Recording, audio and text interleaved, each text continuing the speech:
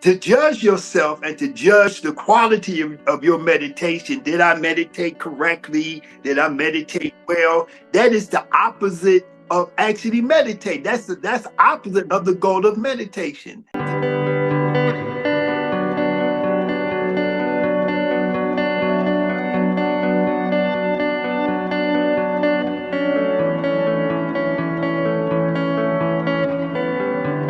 Have you ever had one of those days where you keep picking up your phone, you keep checking messages, you have a to-do list which is getting longer and longer, your mind is driving you crazy, you're all over the place. And you're so busy doing things that you forget to be. And if you try and sit down and stop your mind, it doesn't happen. Your mind is still racing. You're trying to breathe and calm yourself down, but it doesn't happen. I'm sure we've all been through days like this, where life's just taken the better of us in this fast-paced world that we live today. We crave stillness, we crave inner stillness, we crave inner peace, and we don't always get it. Today, we're going to talk about all these things and more. Welcome to Cultivating Inner Peace. This is a special series under Ancient Wisdom for Modern Living. I'm your host, Anshu Bahanda, and today we're going to turn to ancient traditions to answer a deeply modern need. How do we get our minds to rest? And how do we reconnect with our internal energy?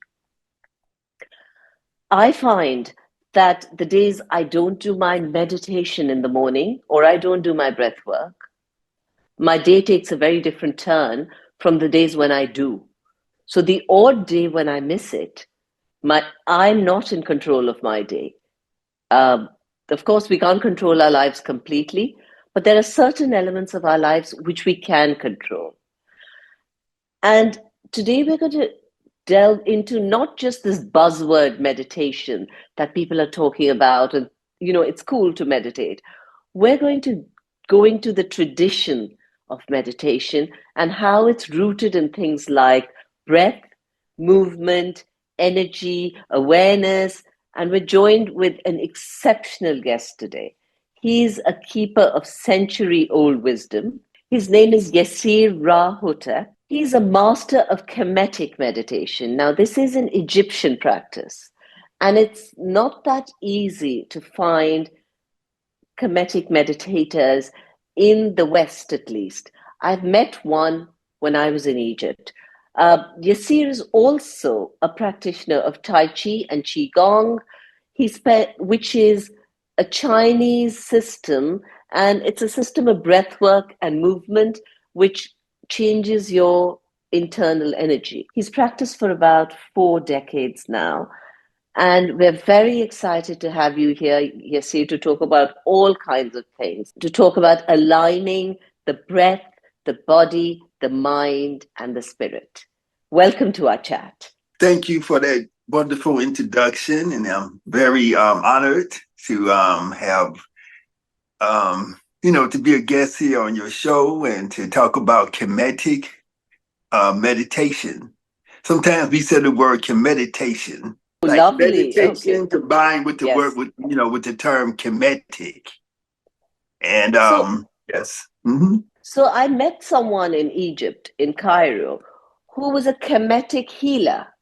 Explain the difference to me. The thing about it is that there's all types of different aspects of yoga, meditation, healing, energy work. People are using the term Kemetic. And so for your audience, let me just say this first. Kemet, Kemet, is the original name for Egypt. Egypt, the word Egypt is a Greek word. So when we talk about Kemet, we're talking about going back to the original African concept of this place that people now call Egypt. Kemet was in existence for thousands and thousands of years before other people came and renamed it Egypt. Okay, so Kemet is the original name. This is where we get the word chemistry from. You know, Mm-hmm. Ah, I didn't know that. yeah, yeah. So words like chemistry, comes from Kemet. So when we talk about Kemetic yoga, Kemetic meditation, we are acknowledging that these great and high civilizations had systems of healing that were in existence thousands and thousands and I would say tens of thousands of years ago, many tens of thousands of Right. years ago. I want to ask you, just to put it into context for people who are listening in, what is meditation to you? Not a specific kind of meditation, just general meditation. What does it mean to you? Meditation to me is a process of transformation. It's a process of healing myself physically and psychologically and being able to detach myself away from the effects of the world of phenomenon. That's what I call it, the world of phenomenology, where I am reacting and responding to external stimuli.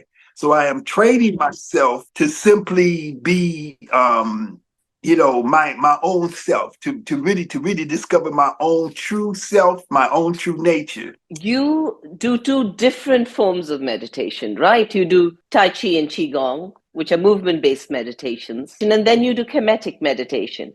From your experience, I'm sure you've come across many, many different forms of meditation. Are they very different from each other, or is it just different paths to the same thing? Different cultures express meditation and healing in different ways, but they're all the same thing. Most systems of healing, most systems of meditation, most systems of yoga, they use from a practice perspective, they use breathing, controlled breathing. They use a concept of becoming aware of the circulation and movement of internal energy. I was attracted to Tai Chi because and Qigong because it was very similar to the way that we discovered that yoga should be practiced. So when you're doing Tai Chi, you are doing it in the sense of breathing, inhaling, drawing energy into the body, moving the energy through the energy channels of the body, directing the energy. We do yoga in the same way. We do our yoga movements and postures, and the yoga movements and postures that we see on the walls of the temples of ancient Egypt or Kemet actually help to facilitate this energy. So we see that there's a similarities and correlation between all of these systems. They're all ancient systems, and they have their origins with ancient and indigenous people of different parts of the earth. And sometimes the practices are different, but that's only because of just changes in environment, changes in location, and so on and so forth. It's interesting you're talking about yoga because even in the Patanjali Yoga Sutras, which is, the scripture that explains yoga to us, they talk about all these things that need to be done before you can sit down to meditate. And there's yam, niyam, there's asanas, the movement, there's the breath work, the pranayams, all this that needs to be done before you're ready to meditate. Even in Kemetic meditation, there are Kemetic poses. In Tai Chi, there's movement. So, how do you think movement leads to meditation?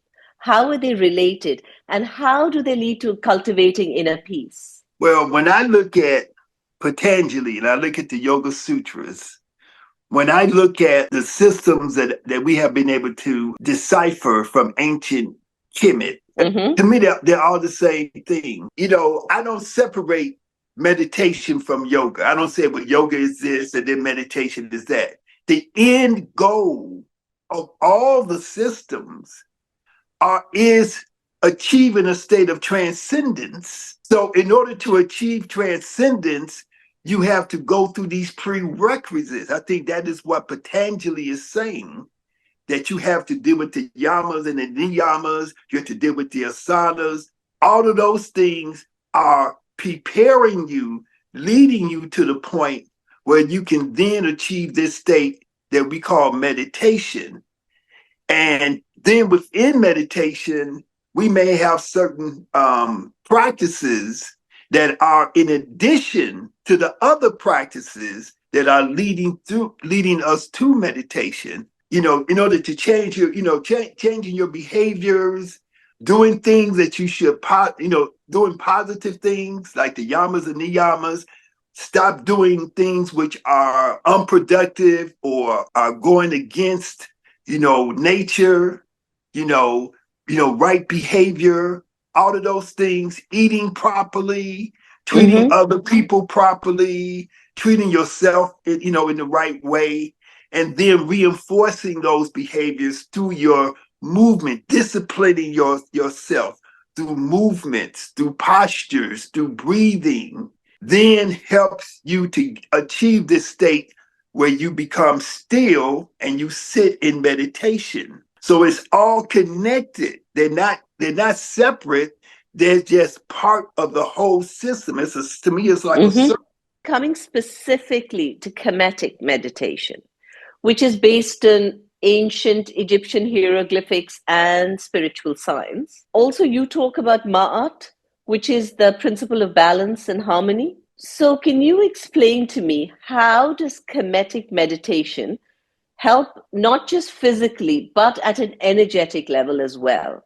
How does it help people achieve, the peace that they're looking for in modern life today? Well, we have this term ma'at, and this is a very important term in understanding the ancient African perspective on the nature of the universe. So ma'at is emerging from the culture of ancient Africa. So when I say ancient Africa, I'm talking about Kemet. I'm talking about Nile Valley. The Nile Valley Mm-hmm. runs for over 7,000 miles from South Africa all the way to the Mediterranean Sea. And so all along there was a culture, there was a civilization. And this whole culture and civilization gave birth to this concept and this idea that we call Ma'at. And Ma'at means that there is a certain order, that there's a certain way that the universe expresses itself. And so we said that there's an order, which is characterized by balance, by harmony, by justice, by reciprocity, and these different ideas of when we behave, when we think, when we act, when we create institutions, when we relate to other people from perspectives of authority, that we are doing it, in a just type of way. So this is giving us the idea that we should have justice in the way that we treat ourselves and the way that we treat others, right?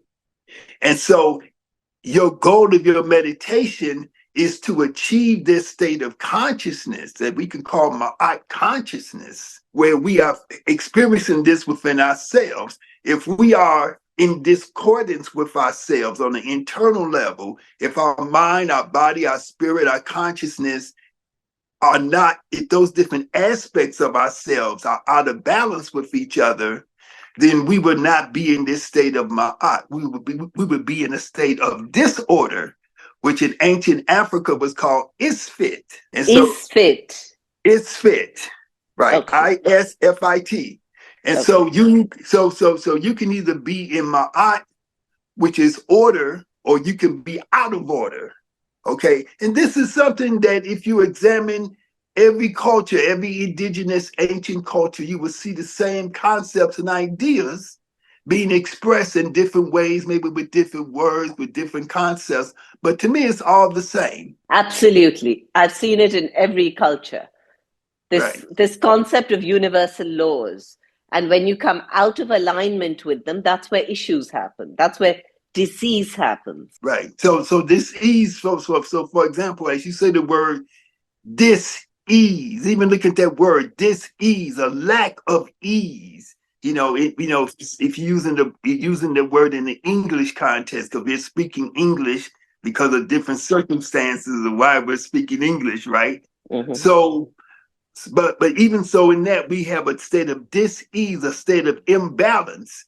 So when we achieve health, so when we look at our health and our well-being from an indigenous, from a non-European concept, we say that that our disease, that our health issue is not just a result of the presence of a disease vector or some type of biological agent that is invading our body, but it is the result of an imbalance, a lack of ma'at. So our goal is to re-achieve that balance, which we call health. And so in ancient Kemet, this state of health was called Seneb, becoming, bringing yourself back into that state of health, that state of well-being, that state of balance. So I want to talk about another concept which is used universally. You talked about these universal laws, but something that is used in Kemet, something that's used in Qigong and Tai Chi, is this concept of Shechem or Qi, the concept of energy and the importance of energy and the importance of inner energy and being able to connect to your inner energy. Talk to me about that. For someone who's new, who's just beginning to explore meditation, how would you explain this to them? Energy is life force. When we as human beings come into the material world that we exist in now, we come with our bodies and we come with our energy, our life force. We come with a certain force that causes us to be alive, that is stored within us, and it has a lifespan, right? Because we know that eventually it expires, okay? So in India, one of the words that may be used is prana, right? Yes, to talk about this life force. In China, they may use the word chi. Chi, yes. Okay. In ancient Kemet, they have various words and names to express the various expressions of this life force. So you may hear the term Ankh. So I wear the Ankh around my neck, yes. which represents life.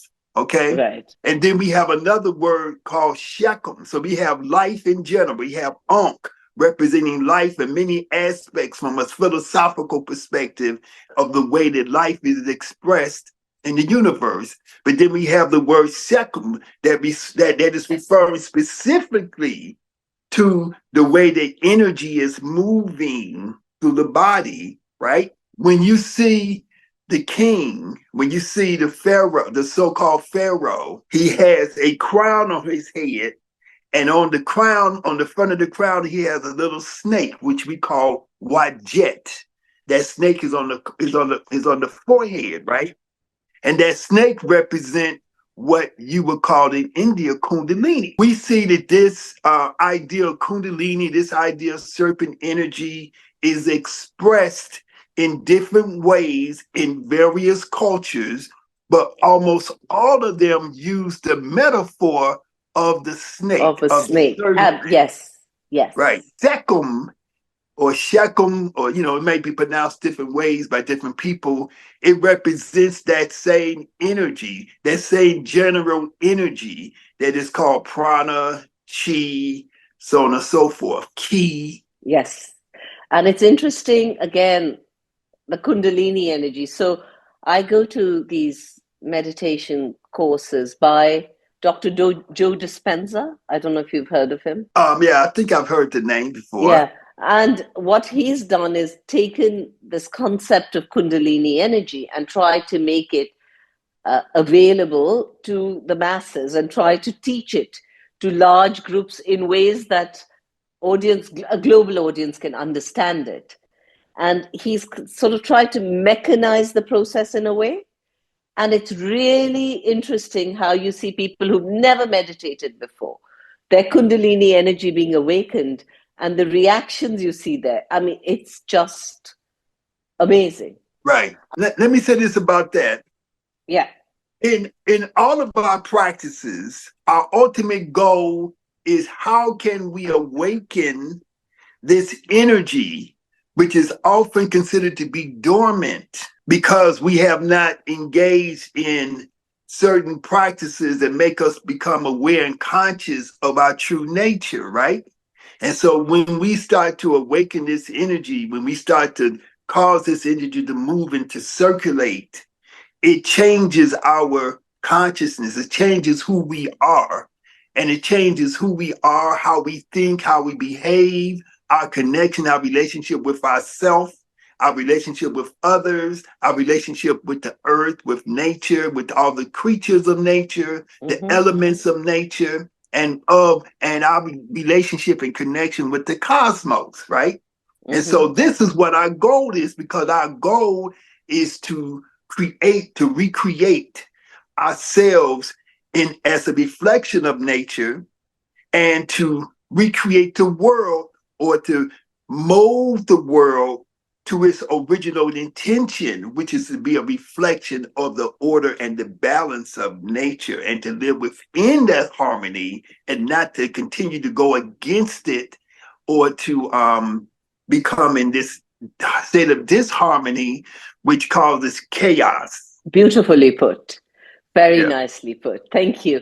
I want to talk to you a little bit about Qigong and Tai Chi. So I've had a little bit of exposure to it, not too much, but the odd time when I practiced it, you know, the beautiful movements, the graceful movements, the breath work along with it, it does create an internal shift. You can feel it, it's palpable.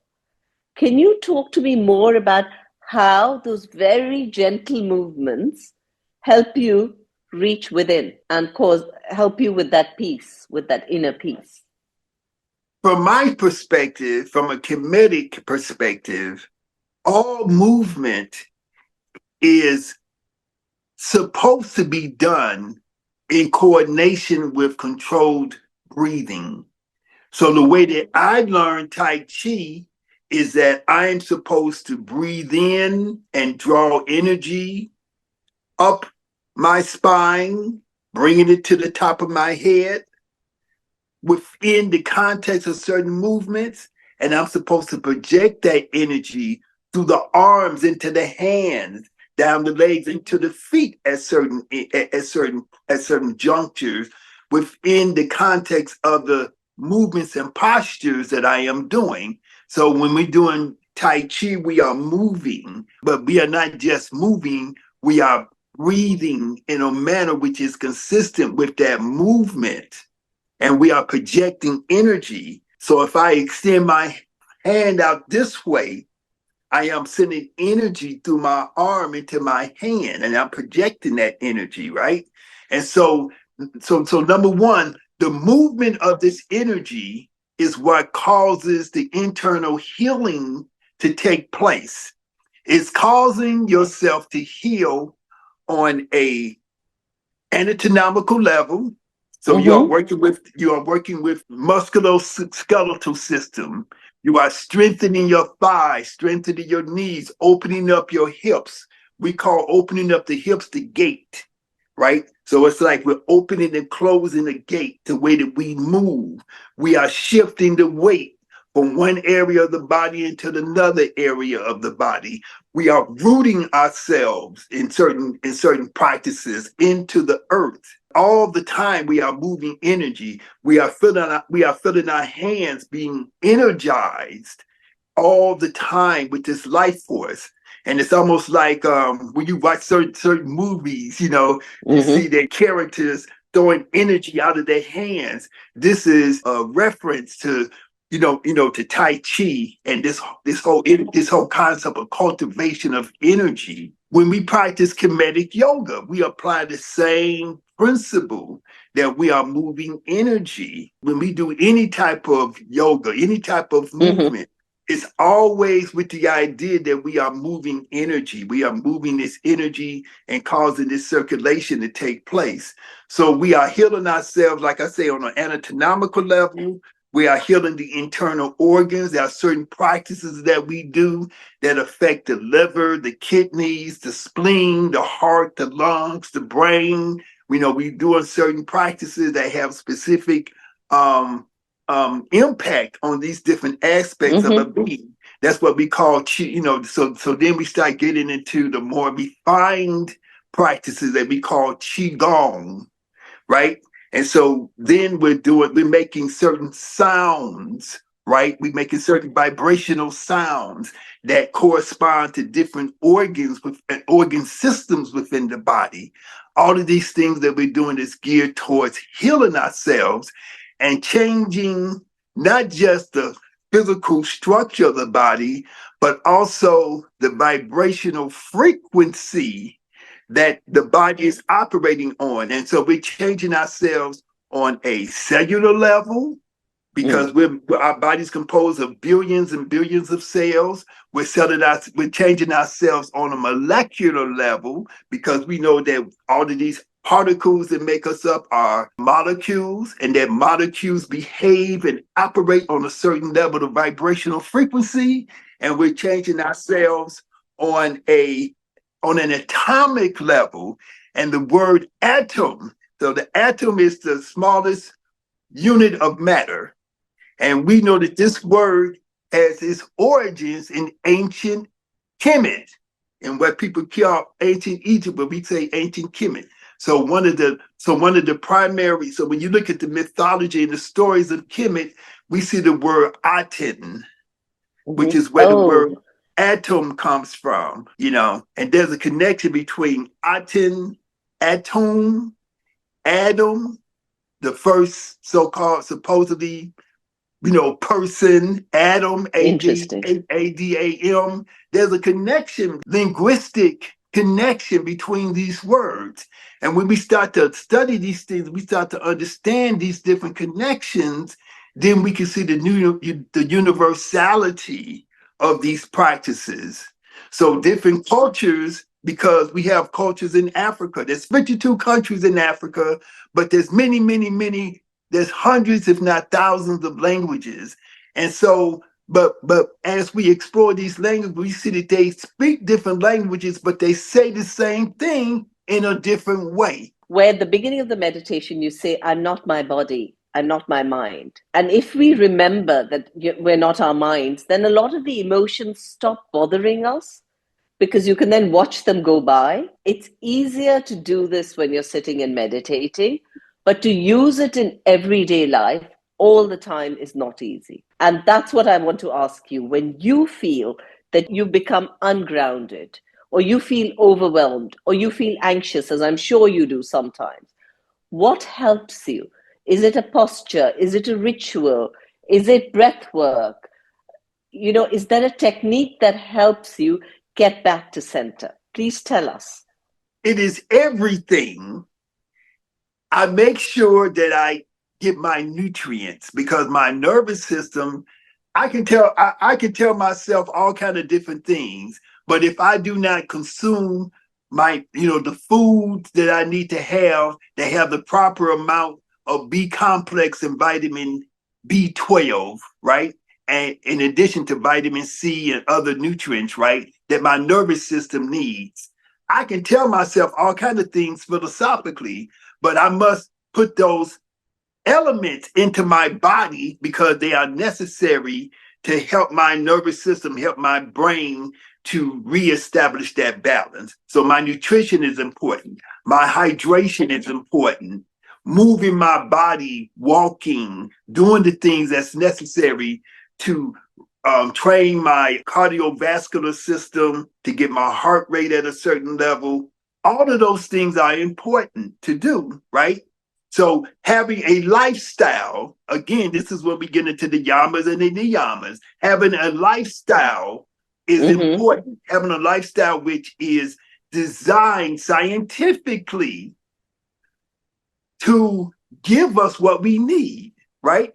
If my lifestyle says, oh, when I feel stressed, I'm gonna go eat some pizza, I'm gonna go have a drink, I'm gonna go to the bar and have 10 beers and all that kind of stuff, then that is counterproductive. So understanding basic things, understanding the elements in meditation, when you are training to really become a meditation person, or whatever, the master, the student, you are learning about nature. You learn about the elements: earth, air, fire, water. I hate to make it so esoteric, but you have to learn about those things. Your body is earth, air, fire, and water. So you have to know how to put those things into your body and reestablish your nature and connect yourself to those things, right? On that note, I want to ask you something. For someone who's new to all this, if we want to give them one thing that they can do when they start feeling anxious, The most fundamental, basic thing to do is to breathe, right? But what I come was back to saying, your breath. it goes back to your breath. But let's say this. Let's say if I say, take your arm and extend and then bend to the side and then come back up and put your hand down and do this and go to the side and come back up and then come down and then bend forward and then come back up. That movement automatically causes you to use your breath. Because I am conscious of the role of my breath, I'm going to inhale and exhale. But if I'm not conscious of my breath, if I just raise my arm and do this, or move my head back, or move my head forward, and move my head to the side, I'm going to unconsciously begin to become aware of my breathing, or the effects of breathing is going to occur automatically. So everything is about returning back to your breath. If you have a mantra and you say a word or you make a sound, all of those, you repeat the sound in your head, or you may repeat the word verbally, right? Mm-hmm. What's the effect of that? It causes you to slow your breathing down. Everything is about the breath, because So the you're first, saying come back to the breath and slow your breath down, slow your breathing down. However you do it, come back to your breath. you may get instruction from your teacher. Like say you practice some form of meditation. The teacher may say this word, say this mantra, but the effect of it is going to be returning back to your breath. Mm-hmm. That's what the effect is going to be. I say bypass all of those things and just slow down and just take a slow, deep breaths. Take 5 breaths. Inhale slowly, exhale slowly 5 times, and you should start to feel the effects. Whatever a person does, we as human beings, we have to understand that practice is essential. I absolutely agree with you. It's all about a practice, and it's all about living your life a particular way, everything in your life a particular way. But for people who are starting, it's useful to give them little steps, and they can take baby steps to get to the bigger goal. So thank you. And I think coming back to the breath was very interesting. So a lot of people say, oh, we've tried to meditate, but we're not able to meditate. How can we make it such that people actually look forward to their meditation? Like, I don't start my day till I'm meditating. If I'm running late, I will cancel a meeting, but I will not meditate because I know it's such an important part of my life. How do we get people to see that aspect? Because there's a lot of people who really struggle with meditation. Because they think meditation is this thing that is separate from everything that they do. If I wash my dishes, I am meditating. You know, if I'm cleaning my floors and whatever, organizing something, I am meditating. Become aware of your breathing. Understand that meditation is a constant. It's not something that you do and that you have to do in a certain way in order to be successful. We think about, oh, did I successfully meditate today? You do not judge yourself. That's part to judge yourself and to judge the quality of your meditation. Did I meditate correctly? Did I meditate well? That is the opposite of actually meditate. That's opposite of the goal of meditation. In meditation, you're trying to be non-judgmental, right?